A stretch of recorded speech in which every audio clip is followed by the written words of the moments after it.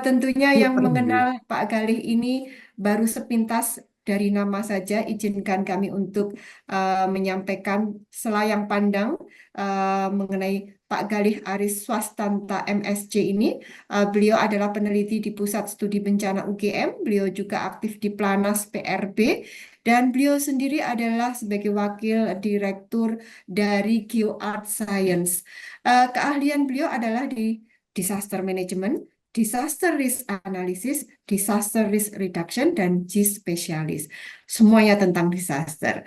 Nah, kemudian Pak Galih ini telah mengikuti banyak sekali kegiatan pelatihan dan yang terakhir itu adalah pelatihan terkait penyusunan rekon P5.0, Diklat TOT Rekon 5.0, Pusdalops, Jitu Pasna, dan sebagainya. Beliau juga telah melakukan beberapa penyusunan dokumen yang berkaitan dengan kajian resiko bencana di beberapa kota, seperti di Provinsi Papua Barat Daya, Indragiri Hilir, Siak, dan kota lainnya. Beliau juga telah melakukan penyusunan dokumen rencana penanggulangan bencana yang ada di beberapa kota, seperti di KSPN Wakatobi, ada di Provinsi Riau, dan kota lainnya. Rencana penanggulangan kedaruratan dokumen ini untuk Kota Kediri, Kabupaten Kediri, dan juga Kabupaten Gunung Kidul, serta banyak lagi dokumen yang telah beliau susun.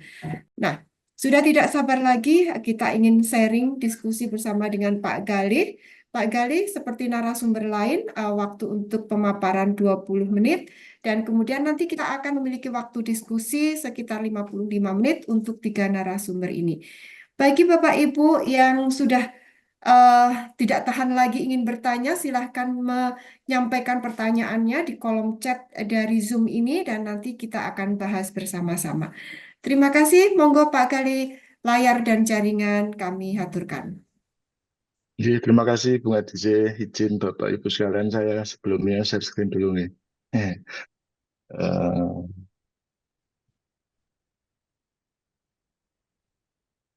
Mudah-mudahan sudah terlihat Bapak Ibu sekalian. Assalamualaikum warahmatullahi wabarakatuh.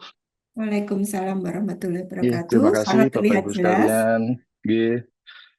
Sebelumnya yang saya hormati Pak Sulastama, Pak Agus, Pak Ma'ruf, dan juga Dr. Haris, Dr. Daryono, semua ini sebetulnya senior, baik di UGM maupun di kegiatan-kegiatan penanggulangan bencana dan juga Bapak Ibu sekalian.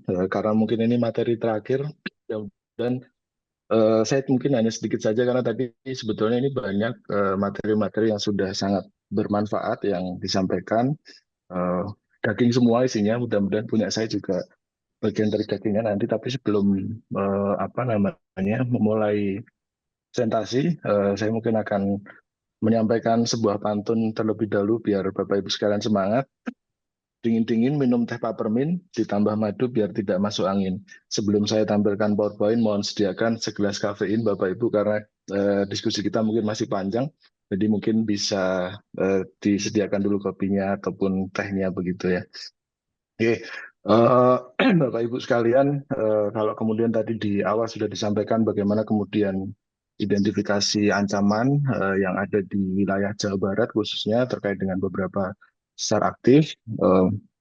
Kemarin saya diminta oleh Pak Tomo, Pak Sulastama untuk mencoba sharing terkait dengan kerangka aksi antisipasi karena ini memang masih pendekatan baru yang ada di secara global baik di dunia maupun di Indonesia yang kemudian coba didekati dan diintegrasikan. Namun memang masih banyak kemudian beberapa pertanyaan apakah ini kemudian bisa diintegrasikan pada semua aspek. Mungkin nanti kita akan mencoba melihat bagaimana kemudian pergeseran paradigma penanggulangan bencana yang dari yang sebelumnya mungkin masih responsif ini menjadi kuratif sehingga memang pendekatannya adalah pendekatan pengurangan risiko bencana sebelum bencana itu terjadi. Kemudian juga terkait dengan pilar aksi antisipasi atau di lokal di Indonesia itu kemudian kita mengenal dengan istilah aksi merespon peringatan dini dan apa saja tantangannya ketika ini nanti akan diintegrasikan dengan bencana-bencana yang memang sifatnya rapid onset atau bencana yang memang belum bisa diprediksikan atau belum tersedia sistem peringatan dininya. Kemudian nanti di terakhir saya mencoba untuk kemudian mengintegrasikan aksi antisipasi untuk gempa bumi itu seperti apa yang mungkin bisa dilakukan, dan sebetulnya tadi juga sudah banyak disampaikan oleh Pak Daryono. Mungkin singkat saja Bapak Ibu, jadi tadi sudah disampaikan undang-undang terkait dengan penanggulangan bencana itu memang Undang-Undang 24. Kalau sebelumnya donat besarnya itu ada di pra bencana, tanggap darurat, dan pasca bencana, tapi semakin ke sini donat itu semakin dipecah-pecah menjadi bagian kecil sampai kemudian ada istilah tidak potensi bencana, kemudian siaga darurat, tanggap darurat, transisi, rehabilitasi, rekonstruksi. Nah, ada satu hal yang kemudian ini menjadi kegelisahan kita bersama para penggiat kebencanaan. Kenapa kemudian masih banyak korban ketika bencana itu terjadi. Ada pada bagian mana kemudian ini sebetulnya terdapat gap-nya. Nah, ini kemudian kita mencoba eh, di global, di internasional itu ada pendekatan yang namanya aksi anticipatory action, yang ini kemudian kita mencoba menempatkannya dalam sistem penanggulangan bencana yang ada di Indonesia. Kemudian kita menemukan bahwasanya tempatnya adalah di sebelum bencana itu terjadi, tapi ini harus diawali dengan peringatan dini. Sehingga kalau kemudian apa namanya kita menempatkan nantinya itu memang coba disesuaikan begitu. Tapi sebelumnya kenapa kemudian ini ditempatkan di sana? Kita mencoba dulu mengidentifikasi. Jadi pilar aksi antisipasi atau anticipatory action, atau kalau kemudian di lokal kita mengenalnya dengan aksi antisipasi, ini memang merupakan pendekatan yang terdiri dari tiga pilar Bapak Ibu sekalian. Ada yang pertama itu adalah pilar informasi risiko berdasarkan perkiraan ataupun peringatan dini yang akurat. Dan memang ini di kerangka global kemudian pendekatannya adalah untuk bencana-bencana sifatnya slow onset. Ada perakiraan BMKG yang oleh teman-teman Pak Daryono itu juga semakin ke sini sebetulnya informasi yang disampaikan semakin akurat, kemudian berbasis analisa dampak, kemudian kita bisa memonitor langsung situasinya seperti apa, yang kemudian memberikan dasar kepada kita untuk menilai risiko sejauh mana kemudian potensi itu menjadi sebuah kejadian bencana, dan pada bagian-bagian mana saja yang kemudian kita bisa kurangi melalui kegiatan perencanaan, kemudian operasi-operasi yang dilakukan sebelum bencana itu terjadi. Jadi ada yang kemudian kita kenal dengan istilah aksi dini. Nah, ketika kita sudah merencanakan aksi dini, maka kemudian juga perlu disiapkan anggarannya atau perencanaan berbasis anggaran yang memang disediakan sebelum bencana itu terjadi. Nah, apakah kemudian ini di Indonesia sudah tersedia cukup baik? Ya, ini yang kemudian mulai tahun 2023 itu kemudian kami bersama dengan teman-teman NGO kebanyakan memang yang kemudian mendorong pendekatan ini untuk kemudian diintegrasikan dalam sistem penanggulangan bencana yang ada di Indonesia, sampai kemudian pada tahun 2024 itu kemudian lahir Perka BNPB nomor 2 yang isinya adalah terkait dengan sistem peringatan dini. Salah satunya adalah mengatur bagaimana aksi merespon peringatan dini. Nah, memang tujuan dari aksi antisipasi ini adalah untuk memastikan bantuan yang disalurkan itu kemudian efektif, efisien kepada masyarakat yang terdampak sesuai dengan kebutuhannya. Bapak Ibu, ini yang membedakan aksi antisipasi atau AMPD ini dengan respon tradisional adalah kemudian diharapkan kalau ada sebelum ada aksi antisipasi, ini biasanya respon itu dilakukan ketika event itu terjadi, ketika bencana itu terjadi, ketika peringatan dininya pun sudah ada, sebagian besar dari kita kadang juga masih abe.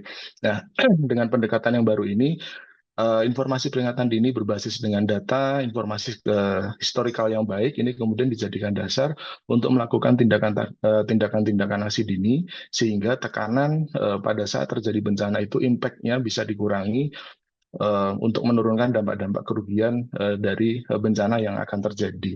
Tapi memang kemudian ini juga perlu dipahami oleh kita bersama, ada kemungkinan yang namanya informasi peringatan dini itu bisa terjadi, bisa tidak. Maka kemudian juga kita mengenal tidak ada penyesalan dalam kemudian kita melakukan aksi dini yang sebetulnya ini dorongannya adalah kepada masyarakat secara luas untuk kemudian bersama-sama mampu merespon peringatan dini, setiap peringatan dini yang kemudian diberikan kepada masyarakat.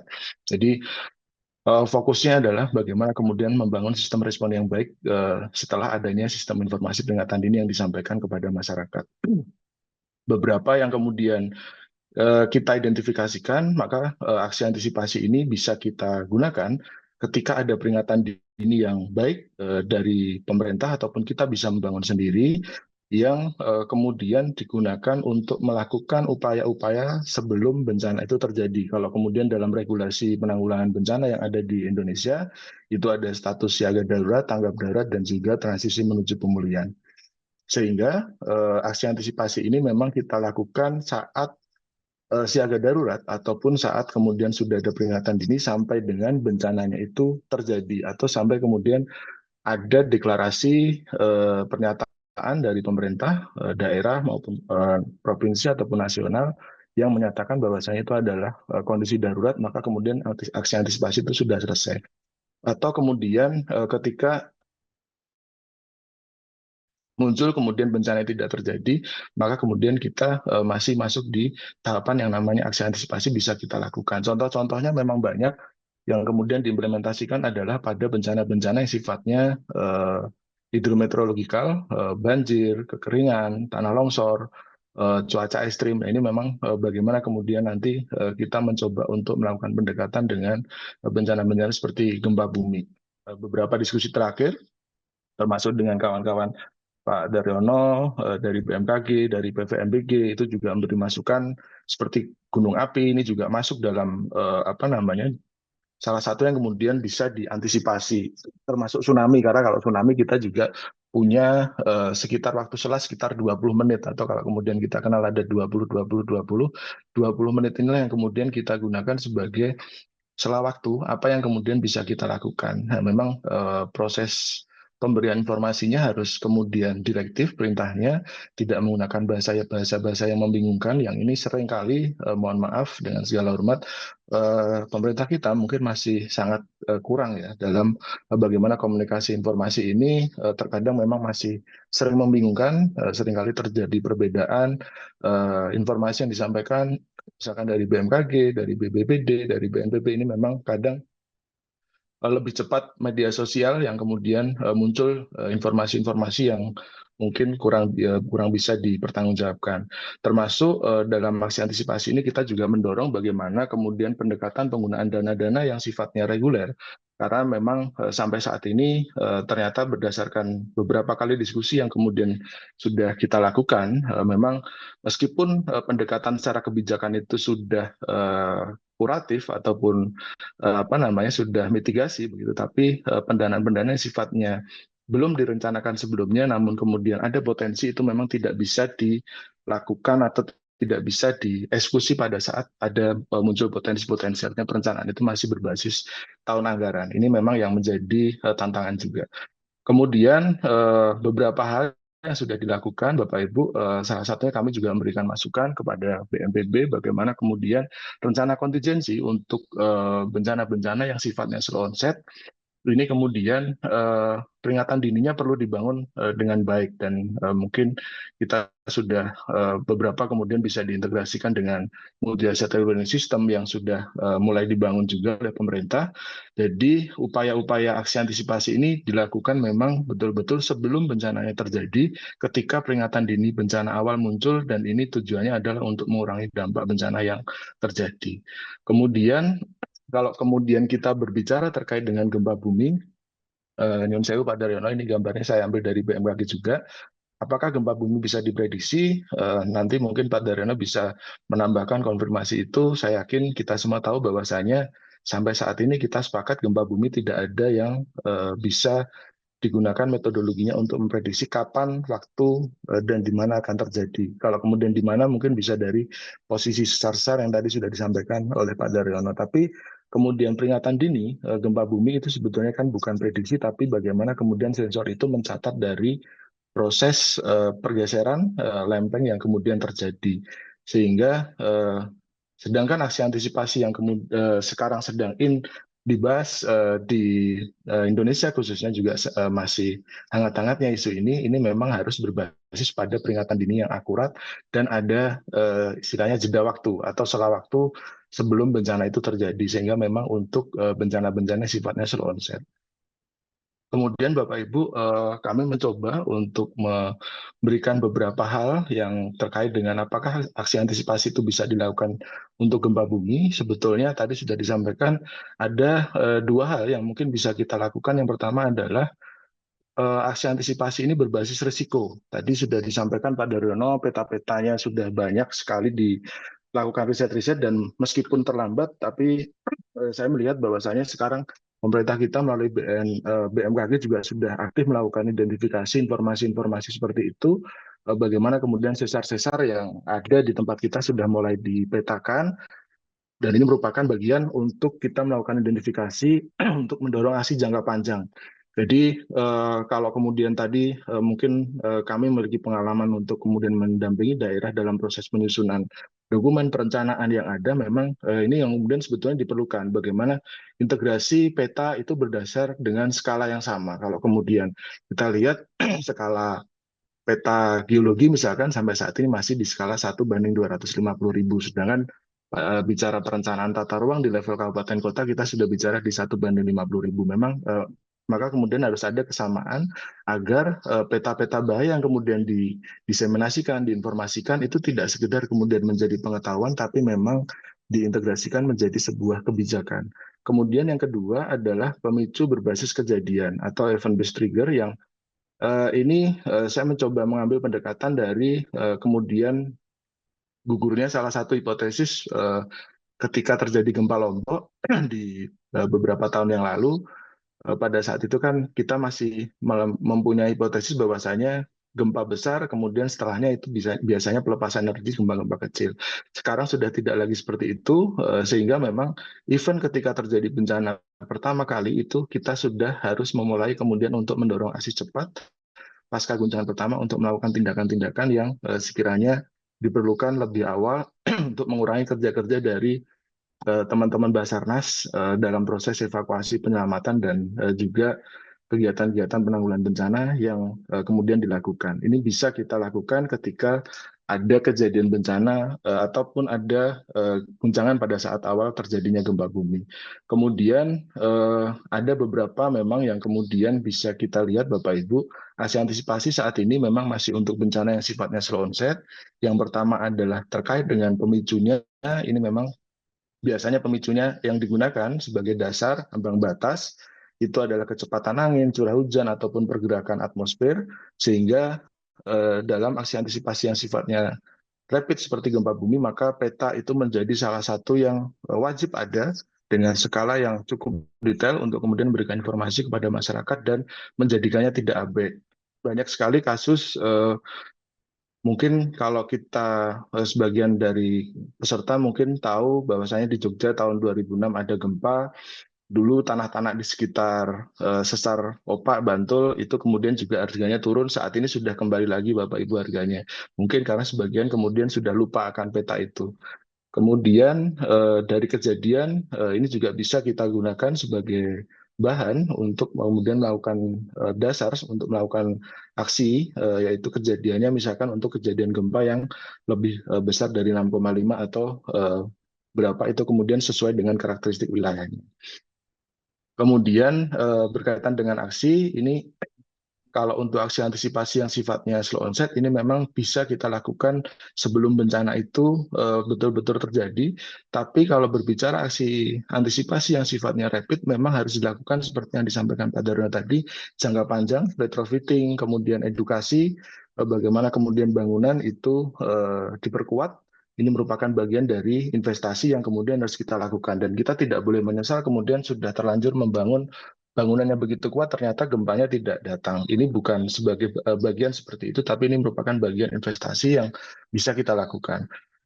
Kemudian untuk apa namanya terkait dengan kejadian pasca guncangan ini juga bisa menjadi dasar bagaimana kemudian pemerintah kita semua untuk mengaktifasi dana cepat ataupun dana darurat yang disediakan, karena memang sekarang juga sudah mandatori bagaimana kemudian di setiap pemerintah baik daerah, provinsi maupun nasional kita memiliki PTT, dana siap pakai yang kemudian tujuannya adalah untuk mengatasi kondisi-kondisi darurat ataupun keadaan mendesak. Perbedaan juga pada akses pendanaan ini Tiga menit untuk lagi, masing ya Pak Bu, Gali. aksi antisipasi ya Bung Adizia, aksi 3 menit lagi, antisipasi nggih. nggih, Nggih. pendanaan ini bisa dicairkan berdasarkan perkiraan, jadi berdasarkan informasi peringatan dini ini kita sudah bisa mencairkan penggunaan dananya. Sedangkan untuk bencana-bencana yang rapid onset ini kita bisa menggunakan dana mitigasi ataupun kita alihkan risikonya menggunakan asuransi, dana kontingensi, asuransi parametrik sekarang sudah banyak dan ini yang bisa kita lakukan sampai saat ini terkait dengan gempa bumi termasuk yang gempa bumi di darat. Kemudian ini juga sama masih terkait dengan bagaimana menyusun rencana kontingensinya, perkuatan bangunan, building code yang kemudian juga kita sekarang sudah banyak lupa kalau kemudian wilayah-wilayah kita mungkin rawan bencana gempa bumi, edukasi, simulasi, evakuasi ini yang kemudian juga menjadi tantangan. Tadi Pak Sestama juga sudah menyampaikan di pemerintahan sendiri anggaran untuk sosialisasi itu mungkin akan semakin berkurang sehingga memang masyarakat juga harus secara mandiri melakukan itu dengan sumber daya yang ada kemudian bisa dilakukan kegiatan-kegiatan untuk melakukan edukasi maupun simulasinya termasuk juga penyiapan logistik darurat di lokasi strategis tadi seperti Basarnas, BNPB itu juga kenapa kemudian pos-posnya ada di beberapa daerah yang memang rawan terkait dengan potensi kejadian bencana baik itu gempa bumi, tsunami ataupun kejadian bencana yang lainnya. Terakhir, Bapak Ibu, terkait dengan aksi berbasis kejadian, ini memang hambatan terbesarnya adalah pada saat respon, tadi sudah disampaikan bagaimana kemudian koordinasinya, sehingga terutama juga terkait dengan pendanaan, siapa yang akan mendanai terlebih dahulu, maka kemudian skenario-skenario asuransi, pendanaan kontingensi ini bisa menjadi bagian untuk kemudian mempercepat proses respon pada saat bencana itu terjadi untuk memberikan penyelamatan tercepat kepada masyarakat. Ada beberapa rekomendasi, Bapak Ibu. Yang pertama adalah hasil antisipasi untuk gempa bumi ini dapat dilakukan, tapi memang tidak kemudian berbasis peringatan dini, namun berbasis pada pemicunya, yaitu berbasis risiko dan kejadiannya. Risiko-risikonya tadi BMKG sudah menyampaikan banyak hal. Nah, ini kemudian bisa menjadi dasar kita untuk kemudian mulai dari sekarang untuk melakukan, fokusnya bukan pada kapan menanyakannya, tapi pada apa yang akan kita lakukan jika gempa terjadi. Ini kemudian prosesnya adalah jangka panjang, sehingga memang harus menggeser strategi dari manajemen bencana itu yang sebelumnya reaktif menjadi manajemen risiko, secara baik itu secara kemudian pengelolaan ataupun secara fiskalnya bencana yang sifatnya proaktif dimulai sejak kita mengetahui informasi awal terkait dengan informasi yang ada di tempat kita. Kemudian yang keempat adalah bagaimana kemudian bangun tata kelola, kolaborasi lintas sektor, dan juga tadi kemauan politik itu terkait dengan bagaimana kepemimpinan yang sudah disampaikan oleh Pak Sistama, ini memang masih menjadi tantangan bagaimana pengurangan risiko bencana, baik itu yang sifatnya rapid untuk gempa-gempa darat maupun slow onset, ini memang perlu dibangun karena di tempat kita ada sekitar 530 sekian kabupaten kota, beda kepala semua, belum provinsinya, belum juga presiden dan segala menterinya. Ini memang kemudian menjadi satu tantangan untuk kemudian menyamakan persepsi. Baik Bapak Ibu, mungkin itu saja yang bisa kami sampaikan. Mudah-mudahan ini bermanfaat buat Bapak Ibu sekalian. Terima kasih. Assalamualaikum warahmatullahi wabarakatuh.